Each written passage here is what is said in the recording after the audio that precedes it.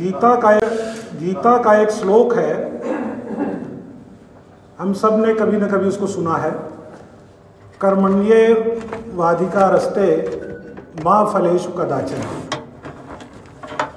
भगवान कृष्ण ने कहा है, इसका शाब्दिक अर्थ है कि हमें कार्य करना चाहिए बिना किसी फल की आशा के। लेकिन क्या हम इसका कभी पालन करते हैं? क्या हम कोई भी काम बिना फल की आशा के करते हैं? मेरे ख्याल से नहीं। हम जो भी कार्य करते हैं उसका हमारा कुछ न कुछ एक निश्चित उद्देश्य होता है और उसे हम पहले से निर्धारित कर लेते हैं। जैसे हम सब अपने बच्चों को स्कूल कॉलेज आदि में भेजते हैं या भेजा होगा, तो क्या सोच के हम भेजते हैं कि लड़के को हम अपने बेटे को या बेटी को डॉक्टर बनाएंगे या इंजीनियर बनाएंगे या सिविल सर्विसेज में भेजेंगे। तो अगर हमने ये तय किया है कि लड़के को डॉक्टर बनाना है तो उसे बायोलॉजी दिलवाएंगे, अगर तय किया कि इंजीनियर बनाना है तो उसे मैथमेटिक्स दिलवाएंगे। तो मेरा कहने का आशय है कि हम जो भी काम करते हैं उसका कुछ न कुछ पर्पज होता है, हम उसका उद्देश्य पहले से तय करके करते हैं। हम कॉलेज किस लिए आते हैं? क्या उद्देश्य है हमारा कॉलेज आने का? पहला उद्देश्य तो है पैसा, तनख्वाह हमको मिलनी चाहिए। बच्चों को ये जो शिक्षा दी जा रही है इसका क्या उद्देश्य है? क्या ये निरुद्देश्य है? तो यही इन्हीं सब बातों पर विचार कर ये कहा गया है कि जो भी हम शिक्षा दें, जो भी हमारी एजुकेशन हो, उसका कुछ न कुछ उद्देश्य हो और वो उद्देश्य हमें पता होना चाहिए, पूर्व से निर्धारित होना चाहिए। तो यही है हमारी आउटकम बेस्ड एजुकेशन। तो अगर आप मानसिक रूप से तैयार हो इसे सुनने के लिए तो आइए 20 मिनट इसके साथ हम चर्चा करेंगे। ये आज कुछ दिनों से हमारे सामने एक बार बार नया शब्द आ रहा है, OBE, जिसका फुल फॉर्म है आउटकम बेस्ड एजुकेशन। ऐसी शिक्षा जिसका कुछ न कुछ पर्पज हो, जिसका कुछ न कुछ आउटकम हो।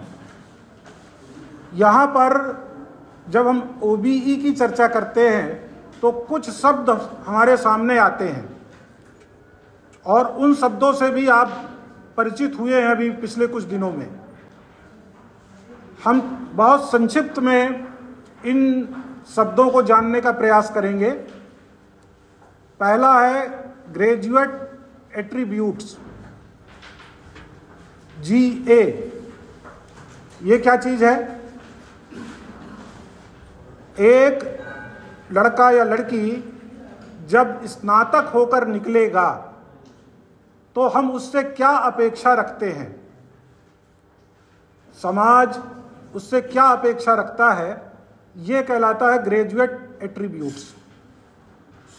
तो इन्हें कुछ बिंदुओं में पहले से तैयार करके लिखा जाता है कि हम क्या चाहते हैं, हमारा समाज एक स्नातक से क्या चाहता है, वो कहलाता है ग्रेजुएट एट्रीब्यूट्स।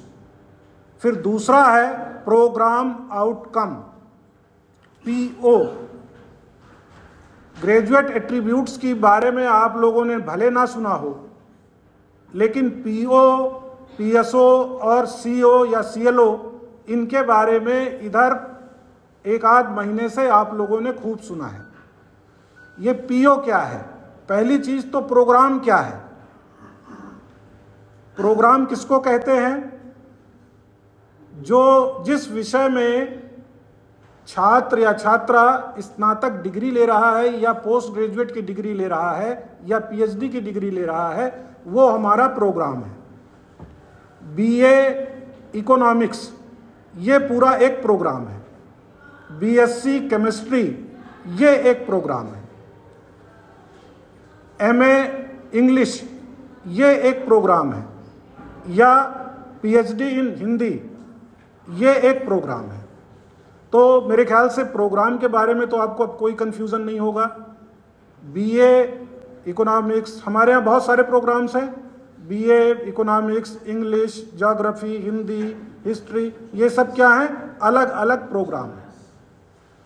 अब ये प्रोग्राम लड़का बीए हिंदी पढ़कर जब बाहर आएगा तो उससे हमारी क्या अपेक्षा है, हम उसे क्या सिखाना चाहते हैं, क्या बताना चाहते हैं, ये जब हम निर्धारित करते हैं तो वो कहलाता है प्रोग्राम आउटकम।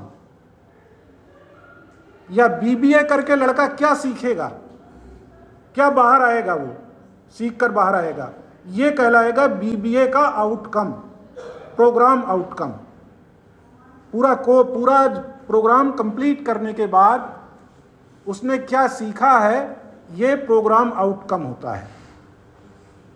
दूसरा प्रोग्राम स्पेसिफिक आउटकम, दोनों में बहुत बारीक अंतर होता है, प्रोग्राम आउटकम और programme specific outcome. Programme specific outcome PSO ये डिपार्टमेंट तय करता है और 4-5 पॉइंट में इसको तय किया जाता है, बहुत लेंदी नहीं होता है ये। जो वो विभाग उन बच्चों को कुछ अगर विशिष्ट सिखाना चाहता है प्रोग्राम आउटकम के अलावा, तो वो हमारे पीएसओ कहलाते हैं। और फिर तीसरा है कोर्स आउटकम। कोर्स किसको कहते हैं, एक सेमेस्टर में या एक ईयर में जो पेपर्स चलते हैं वो हमारे कोर्स कहलाते हैं। जैसे केमिस्ट्री में हम बायो इनऑर्गेनिक का कोई पेपर पढ़ा रहे हैं या लाइफ ऑफ मॉलिक्यूल का कोई पेपर पढ़ा रहे हैं, तो ये हमारे क्या कहलाएंगे, कोर्स कहलाएंगे। तो मुख्य रूप से अगर हम देखें, एक मेजर, एक माइनर, एक जनरल इलेक्टिव का पेपर हम अपने विभाग में चलाते हैं, तो ये कितने कोर्स हो गए, 3। एक मेजर का जो पेपर चला रहे हैं वो एक कोर्स हो गया, एक माइनर का जो कोर्स चला रहे हैं वो हो गया, और जो जेनरिक का कोर्स चला रहे हैं वो भी एक कोर्स हो गया। तो कोर्स क्या है, मेरे ख्याल से अब आप समझ गए होंगे कि जो पेपर्स हम चलाते हैं हर सेमेस्टर में वो हमारे कोर्स हैं। और प्रोग्राम क्या है, पूरा 6 सेमेस्टर या 8 सेमेस्टर कंप्लीट करने के बाद जब लड़का डिग्री लेके बाहर निकलता है तो वो हमारा प्रोग्राम होता है। तो मेरे ख्याल से अब अगर कोई व्यक्ति आपसे ये पूछता है कि प्रोग्राम और कोर्स में क्या डिफरेंस है, क्या अंतर है, तो मैं नहीं समझता कि आप में से कोई भी न बता पाएगा कि कोर्स क्या है और प्रोग्राम क्या है। ठीक है ना, तो आगे बढ़ें।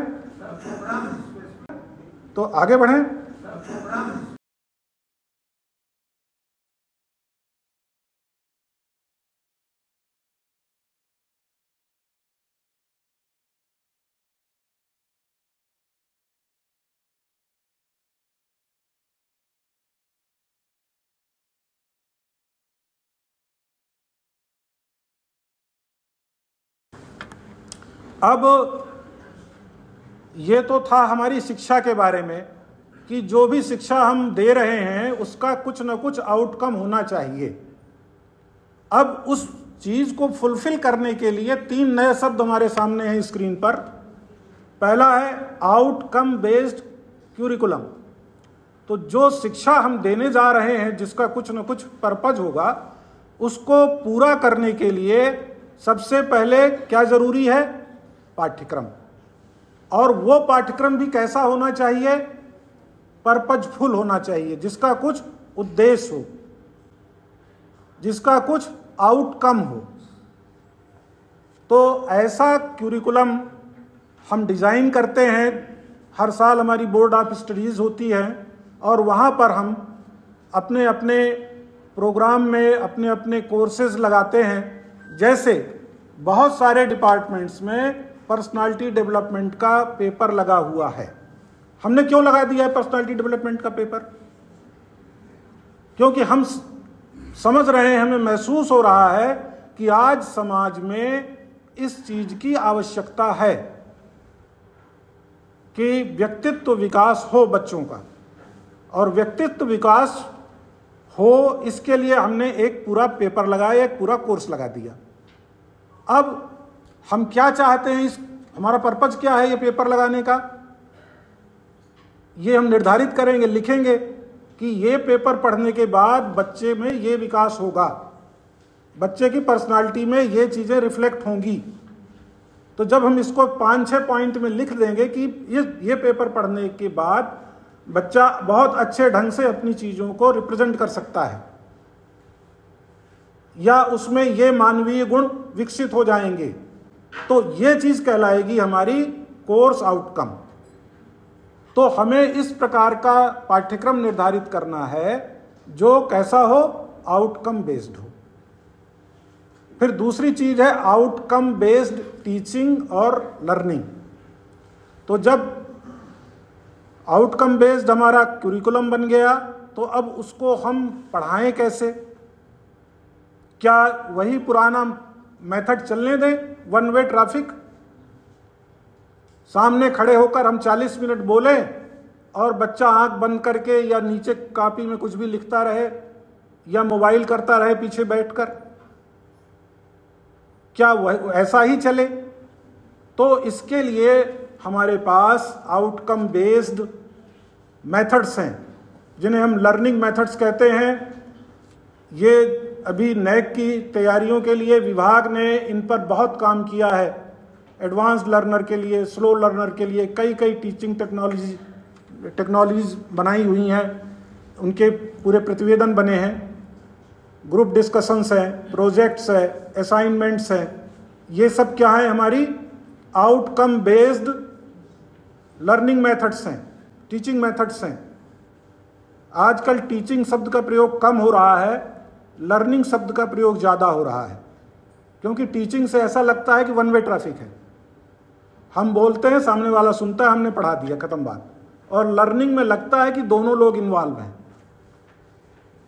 तो ये जो मेथड्स नए नए आए हैं, पहले नहीं होते थे। आज से 15 साल 20 साल पहले इन मेथड्स का प्रयोग नहीं होता था, पीपीटी का प्रयोग नहीं होता था, सेमिनार का प्रयोग नहीं होता था, ग्रुप डिस्कशंस का प्रयोग नहीं होता था। लेकिन आज हम इन मेथड्स का प्रयोग कर रहे हैं। तो ये सारे मेथड्स कैसे मेथड्स हैं? आउटकम बेस्ड लर्निंग मेथड्स हैं। तो मेरे ख्याल से अब आप इसके बारे में भी अच्छी तरह से परिचित हो चुके हैं। और फिर सबसे महत्वपूर्ण और अंतिम बिंदु आता है इसका, आउटकम बेस्ड असेसमेंट। हमने तय कर लिया कि बच्चे में ये विकास होगा, हमने मेहनत भी कर ली, बच्चे को सिखा भी दिया, बच्चे को पढ़ा भी दिया, लेकिन क्या बच्चा सीखा? तो उसका असेसमेंट करना भी हमारा काम है, और वो भी कैसा हो?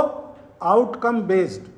क्योंकि हमने पहले ही ये तय कर रखा है कि ये पेपर पढ़ने के बाद, ये कोर्स कंप्लीट करने के बाद छात्र में ये चीज़ें परिलक्षित होंगी। वो हमारा क्या है? कोर्स आउटकम है। तो कोर्स आउटकम हमने पहले से तय कर रखा है। तो जब हमारा कोर्स खत्म होगा तो हम उन्हीं आउटकम्स को परखेंगे कि क्या छात्र ने उन आउटकम्स को अचीव किया कि नहीं किया। तो इनके लिए जो विधियां हैं वो कहलाती हैं हमारी आउटकम बेस्ड असेसमेंट। तो मेरे ख्याल से इन तीनों चीज़ों को आप समझ गए होंगे। 4 चीज़ें हमारे सामने आ चुकी हैं: outcome based education, outcome based curriculum, outcome based learning methods और आउटकम बेस्ड असेसमेंट। अब ये तो था हमारी शिक्षा के बारे में कि जो भी शिक्षा हम दे रहे हैं उसका कुछ ना कुछ आउटकम होना चाहिए। अब उस चीज को फुलफिल करने के लिए 3 नए शब्द हमारे सामने हैं स्क्रीन पर। अब हमारा पूरा फोकस होगा सिर्फ और सिर्फ आउटकम बेस्ड असेसमेंट पर। ये जो आउटकम बेस्ड असेसमेंट है, इसके 2 हिस्से होते हैं, हम सब परिचित हैं उनसे। पहला है डायरेक्ट असेसमेंट, जो किस पर आधारित होता है? नंबरों पर। लड़का जो नंबर अचीव करता है, जो तरह तरह की परीक्षाएं हम लेते हैं, उन नंबरों से उसका असेसमेंट करते हैं, तो ये कहलाता है डायरेक्ट असेसमेंट, जो CCE के द्वारा हम करते हैं। एंड सेमेस्टर एग्जाम, जिसे हम सेमेस्टर एग्जाम कहते हैं, उसके द्वारा हम करते हैं, जिससे उसका पूरा रिजल्ट बनता है और आगे वो प्रमोट होता है। तो ये सब कुछ हमारा क्या है? डायरेक्ट असेसमेंट है, जो कि नंबरों पर आधारित होता है। और दूसरा क्या है? इनडायरेक्ट असेसमेंट, जो किस पर आधारित है? सर्वे पर। सर्वे ये IQAC करता है, एग्जिट फॉर्म भरवाया जाता है। ये 4 लोगों से, 4 कैटेगरीज से एग्जिट फॉर्म भरवाया जाता है। नंबर 1 छात्र के साथ, छात्र के द्वारा, दूसरा हमारे जो फैकल्टीज हैं उनके द्वारा, और तीसरा जो हमारे स्टेक होल्डर्स हैं उनके द्वारा, और चौथा जो हमारा ऑफिस स्टाफ है उनके द्वारा भी। तो इन सभी के द्वारा असेसमेंट करवाया जाता है कि उनके फीडबैक्स क्या हैं। तो वो फीडबैक फॉर्म्स ही सर्वे कहलाते हैं। तो ये दोनों चीजें भी आप समझ चुके होंगे। अब हमारा पूरा फोकस होगा सिर्फ और आइए थोड़ा सा आउटकम बेस्ड इस चित्र पर देखिए। ये जो आउटकम बेस्ड असेसमेंट है, इसके 2 हिस्से होते हैं। ये ब्लूम्स टैक्सोनॉमी कहलाती है। पहला है डायरेक्ट असेसमेंट, ब्लूम बी, जो किस पर आधारित होता है? ब्लूम्स टैक्सोनॉमी, नंबरों पर। लड़का जो नंबर अचीव करता है, जो बहुत पुरानी पद्धति है, हम लेते हैं। ब्लूम वैज्ञानिक का नाम था जिसने ये पद्धति उसका विकसित की थी। असेसमेंट करते हैं, और तो इसमें कहलाता है डायरेक्ट हो गया। ये जो CCE के द्वारा हम करते हैं, इसके एंड सेमेस्टर एग्जाम, जिसे हम सेमेस्टर एग्जाम कहते हैं, उसके द्वारा हम करते हैं, जिससे उसका पढ़ रहे होंगे सबसे नीचे क्या लिखा है, और आगे वो प्रमोट होता है। फिर उसके ऊपर अंडरस्टैंडिंग, सब कुछ हमारा क्या है? फिर डायरेक्ट असेसमेंट है, एनालाइजिंग, जो कि नंबरों पर आधारित है। और दूसरा क्या है? इनडायरेक्ट ब्लूम टैक्सोनॉमी का प्रयोग, जो किस पर आधारित है? सिलेबस बनाने में हम करते हैं, सर्वे करना चाहिए। ये IQAC, कोई भी सिलेबस हम बनाते हैं, किसी भी पेपर का सिलेबस हम बनाते हैं, उसमें जाता है टैक्सोनॉमी का उपयोग होना चाहिए। इसी ब्लूम टैक्सोनॉमी से हमारी लर्निंग कैटेगरीज से जुड़ी होनी चाहिए जाता है। नंबर 1 इसी ब्लूम टैक्सोनॉमी से हमारे परीक्षाओं के हमारे जो फैकल्टीज हैं उनके द्वारा निर्मित होने चाहिए। और तीसरा जो हमारे और स्टेक होल्डर्स हैं उनके द्वारा। किसी से भी कोई हमसे पूछेगा तो हम यही बताएंगे कि ब्लूम टैक्सोनॉमी सभी के द्वारा असेसमेंट बोर्ड ऑफ स्टडीज करवाया जाता है कि सिलेबस का निर्माण करते हैं। इन्हीं ब्लूम टैक्सोनॉमी की सहायता से हम अपनी सर्वे मेथड्स डिसाइड करते हैं और इसी ब्लूम टैक्सोनॉमी से हम ये दोनों चीजें भी आप समझ चुके होंगे। असेसमेंट के जो पेपर्स हैं, चाहे वो CCE के हों और चाहे एंड सेमेस्टर, अब हमारा पूरा फोकस होगा सिर्फ और उनका निर्माण बेस्ड इसी ब्लूम टैक्सोनॉमी से करते हैं। ये जो आउटकम बेस्ड ब्लूम टैक्सोनॉमी है, इसके 2 हिस्से होते हैं। हम पहला क्या है? रिमेंबरिंग। पहला है डायरेक्ट असेसमेंट, आगे जो किस पर आधारित होता है? भी नंबर कहा है आगे। लड़का जो नंबर अचीव करता है, रिमेंबरिंग क्या तरह तरह की परीक्षाएं हम लेते हैं पुरानी नंबरों से, या उसका असेसमेंट करते हैं। सिलेबस बनाता है डायरेक्ट असेसमेंट, तो उस सिलेबस में कुछ द्वारा हम करते हैं चाहिए। एंड सेमेस्टर एग्जाम, जिसे हम सेमेस्टर एग्जाम कहते हैं, से जोड़े, उसके द्वारा 12वीं करके लड़का उसका पूरा रिजल्ट बनता है और आगे वो प्रमोट होता है। थोड़ा सा तो ये सब कुछ हमारा क्या है? ऐसा होना चाहिए डायरेक्ट असेसमेंट है, जो उसने पढ़ा है उसको, जो कि नंबरों पर आधारित होता है।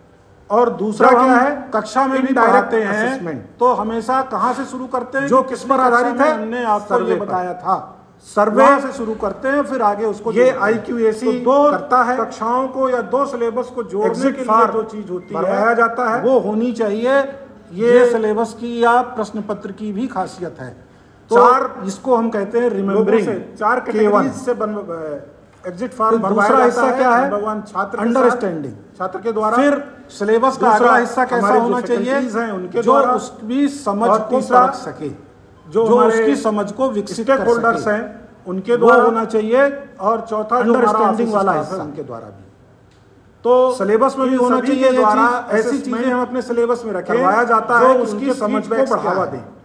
तो वो फीडबैक फॉर्म, पेपर में भी हम ऐसे सर्वे पूछें, एक आध क्वेश्चन ऐसा होना चाहिए हमारे अपने पेपर में, तो ये दोनों चीजें भी आप समझ चुके होंगे।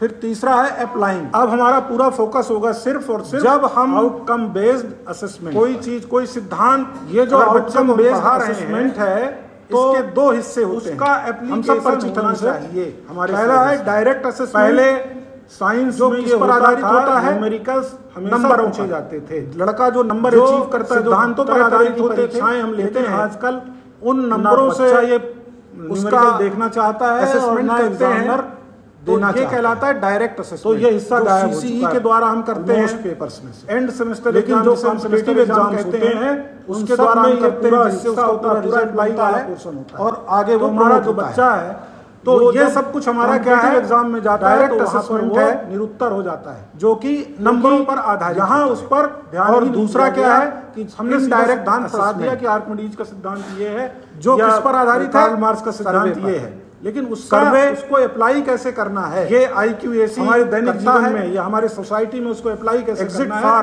इस पर हम करवाया जाता है। तो इस पर हमको जाना ये, तो ये तीसरा जिसे हम K3 कहते हैं, चार, ये अप्लाई वाला हिस्सा लोगों से, चार कैटेगरी। चौथा है एनालाइजिंग। एग्जिट फॉर्म भरवाया जाता है, कोई चीज हमारे सामने आ चुकी है छात्र के द्वारा, हमने उसको अप्लाई किया, हमारे जो आउटकम्स हैं उनके द्वारा, उन आउटकम्स को हम कैसे एनालाइज, हमारे स्टेक होल्डर्स हैं हमारे सिलेबस में होना चाहिए, और चौथा जो हमारा चीजें उसको बताना चाहिए, जिससे कि वो चीजों को सभी के द्वारा असेसमेंट एनालाइज कर सके। करवाया जाता है कि उनके फीडबैक क्या है। आज स्थिति क्या हो रही है फार्मेसी की, बच्चा पढ़ता है, याद करता है और रिप्रोड्यूस कहलाते हैं परीक्षा में, तो ये दोनों रिप्रोड्यूस कर दिया होंगे, और उसके बाद जीवन में उस चीज का महत्व खत्म। अब हमारा पूरा फोकस होगा सिर्फ और सिर्फ उसका कोई लेना देना बेस्ड असेसमेंट, पूरे जीवन में उसका नहीं पढ़ने वाला। ये जो आउटकम बेस्ड असेसमेंट, तो ये चीज ना हो, इसके दो हिस्से होते हैं, हम इस तरीके से परिचित होंगे कि पहला है डायरेक्ट असेसमेंट अप्लाई करना सीखे, जो किस पर आधारित होता है, के बाद जो चीजें नंबर उसके सामने, उनको लड़का जो नंबर अचीव करता है, जो तो ये हमारा परीक्षाएं हम लेते हैं, उन नंबरों से इवेल्युएटिंग उसका असेसमेंट करते हैं। तो जो कुछ भी, तो ये कहलाता है डायरेक्ट ऐसा हो हमारे सिलेबस में, और के द्वारा हम करते हैं, जिससे उसके एग्जाम, जिसे परखने की एग्जाम कहते हैं, खुद एक उसके द्वारा हम करते हैं, व्यक्ति बने जो दूसरों को परख सके, चीजों को प्रमोट होता है, परख सके। तो ये सब कुछ हमारा क्या है, नतीजा डायरेक्ट असेसमेंट है, एनालाइज करने के बाद, जो कि नंबरों पर आधारित होता है। और अगर गलत, दूसरा क्या है, इसे इनडायरेक्ट बेहतर किया जा सकता है। तो जो किस पर आधारित है, हमारे सर्वे प्रश्न पत्र में और हमारे पाठ्यक्रमों में होना चाहिए। ये IQAC करता है, और अंत में क्रिएट एग्जिट फॉर्म भरवाया जाता है। जब इन सारी चीजों के बाद ये हमारा छात्र इतना परिपक्व हो जाना चाहिए कि वो इन सारी चीजों से एक नई परिस्थिति से अप्लाई कर सके। एग्जिट फॉर्म भरवाया जाता है, नंबर 1, और कुछ नया क्रिएट के द्वारा। इसका कंसेप्ट हमारे जो फैकल्टीज हैं उनके द्वारा प्रोजेक्ट बच्चे को, और तीसरा छठवें सेमेस्टर में आया करता है प्रोजेक्ट। स्टेक होल्डर्स हैं उनके द्वारा आजकल क्या हो गया है, चौथा जो हमारा ऑफिस भी लिख के ले आओ यार, तो 7-8 पन्ने लिख के ले आओ, के द्वारा असेसमेंट मार्किंग किया करवाया जाता है कि उनके फीडबैक क्या है। बच्चे को फीडबैक फॉर्म या तो हम दे, या बच्चा सर्वे अपने आप एक टॉपिक डिसाइड करे, जहां पर उसने जो कुछ भी ये पढ़ा है, दोनों चीजें भी आप समझ चुके होंगे, उस कोर्स में कैसे उसको एक नए, अब हमारा पूरा फोकस होगा सिर्फ हमने कार्ल मार्क्स का बेस्ड सिद्धांत बताया है, उस सिद्धांत, ये जो आउटकम बेस्ड असेसमेंट है, इसके दो हिस्से होते हैं, नए रूप में सब पर लागू कर सकता है।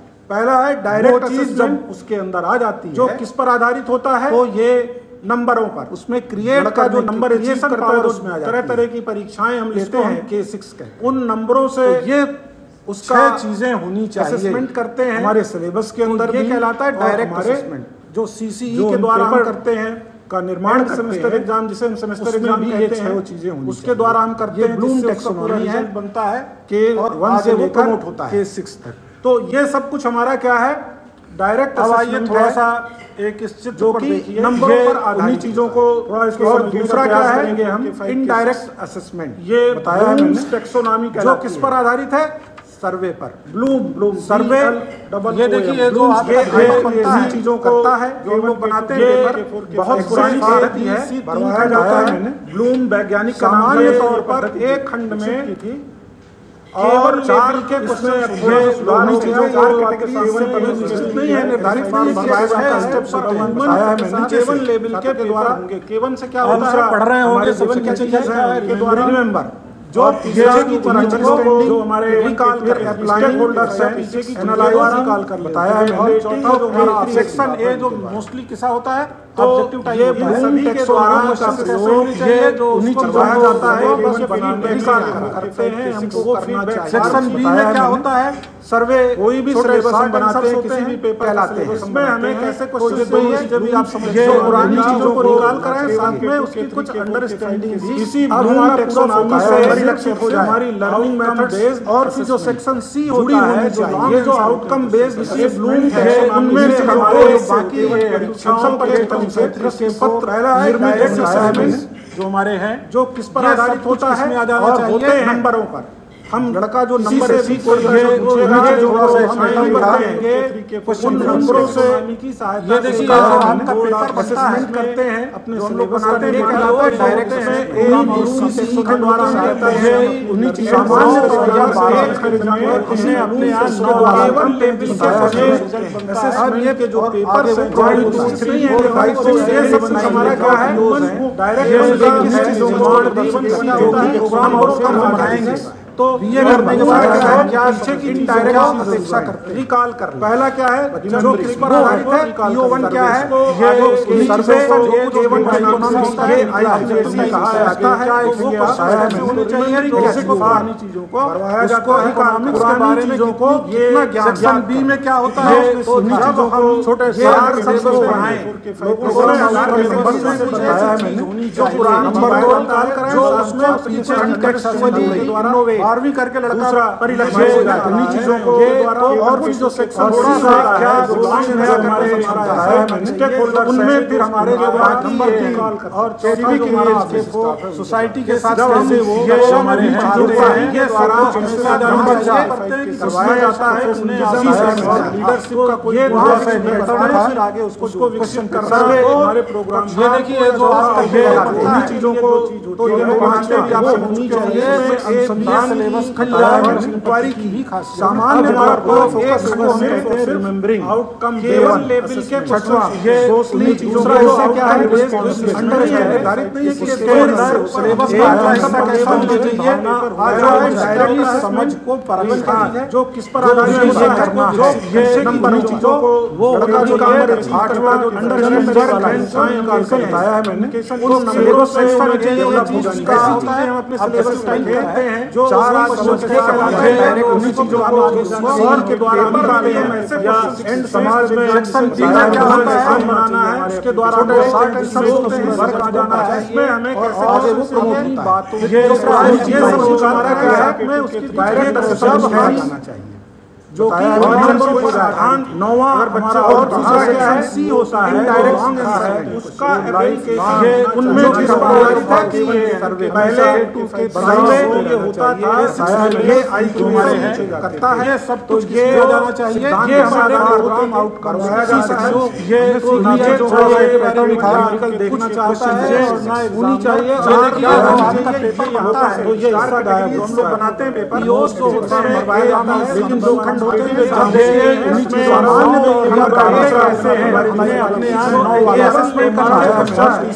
वो ये जो हमारे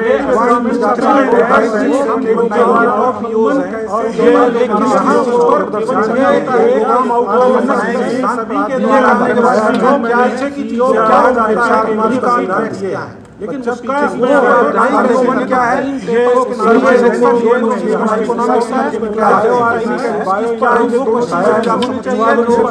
चीजों को बाकी छोड़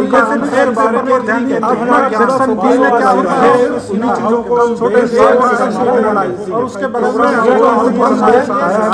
जो पुरानी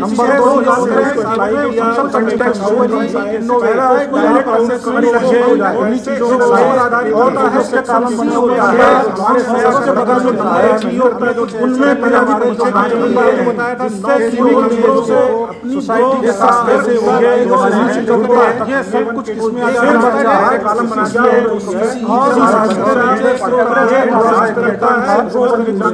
करना उसके बाद आगे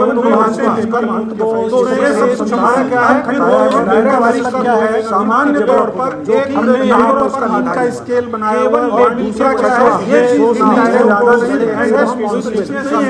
जो सर्वे करता है मुझे ये करना है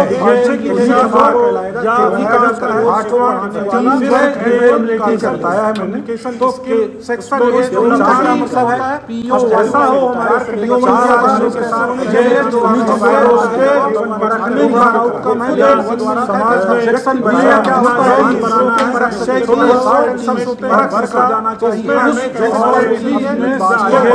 चीजों को सिलेबस और अगर गलत है तो सेक्शन सी होता है ये हमारे उनमें के बारे में में क्या हमारे हैं ये ये हमारे प्रोग्राम आपके ऊपर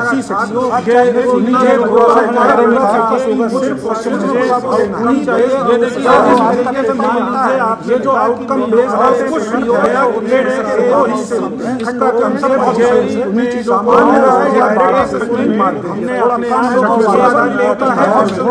नंबर ये प्रोजेक्ट का जो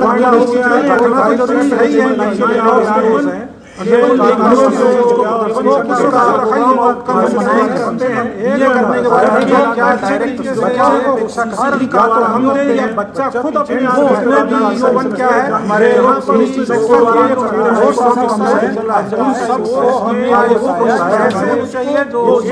हमारा क्या है उसको से बारे में क्या होता है चीजों को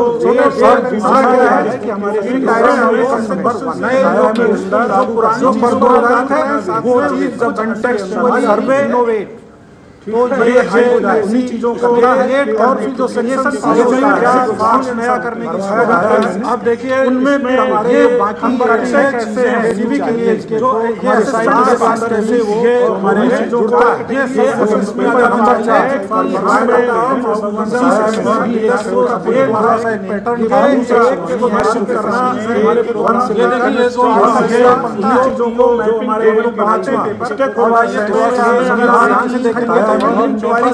सामान्य तौर पर बायो ऑर्गेनिक एंड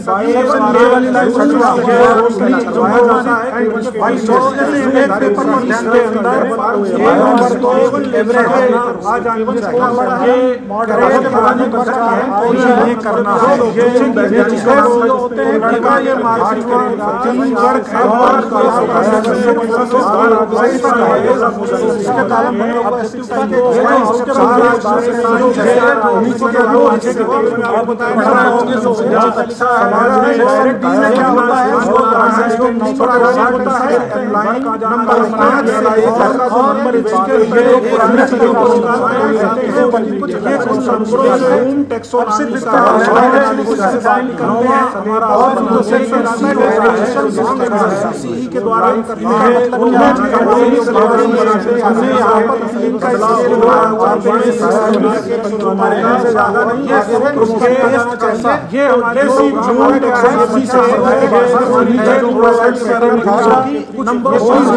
होनी चाहिए और देखिए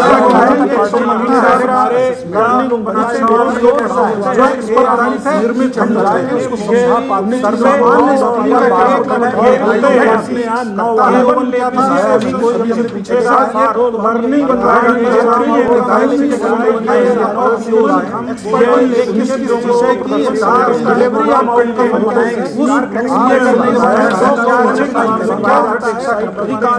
और इसी के बारे में क्या है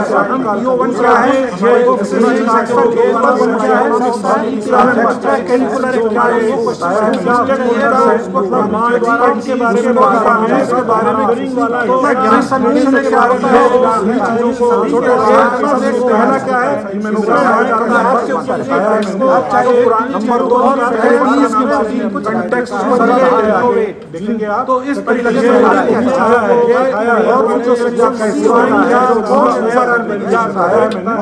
उनमें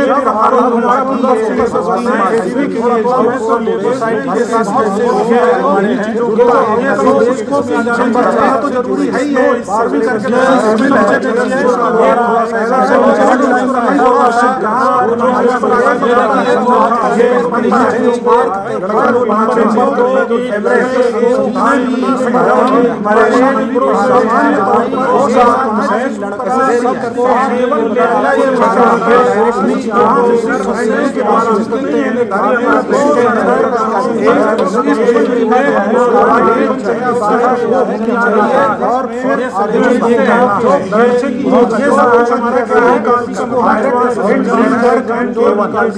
फिर नंबर होता है 5 और दूसरा क्या है डायरेक्ट फिर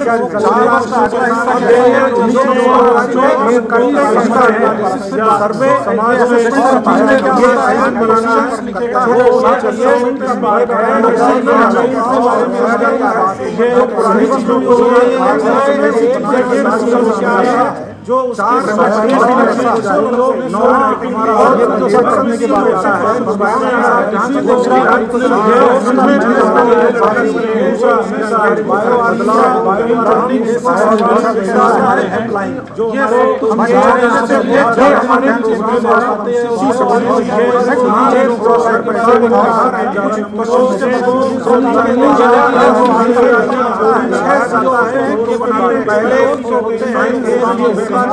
डिलीवरी ऑफ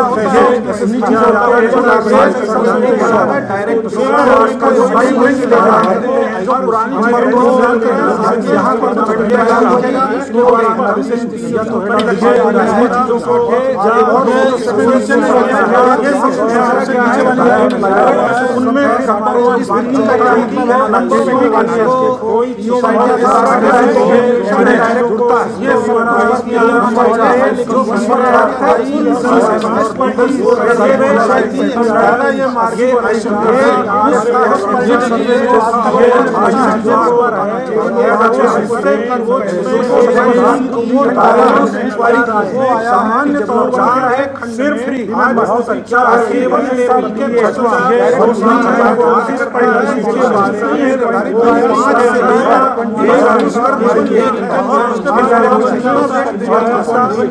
दोनों को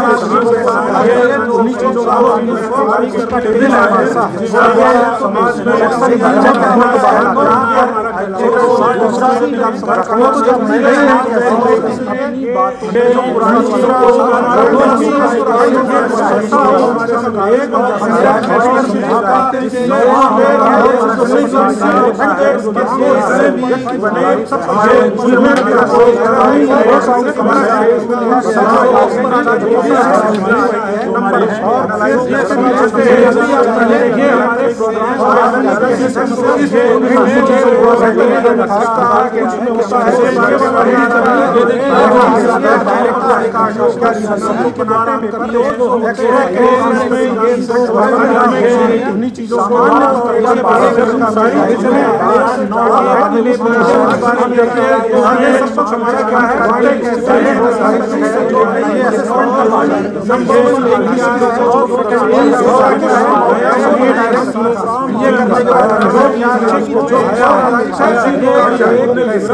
सर्वे क्या है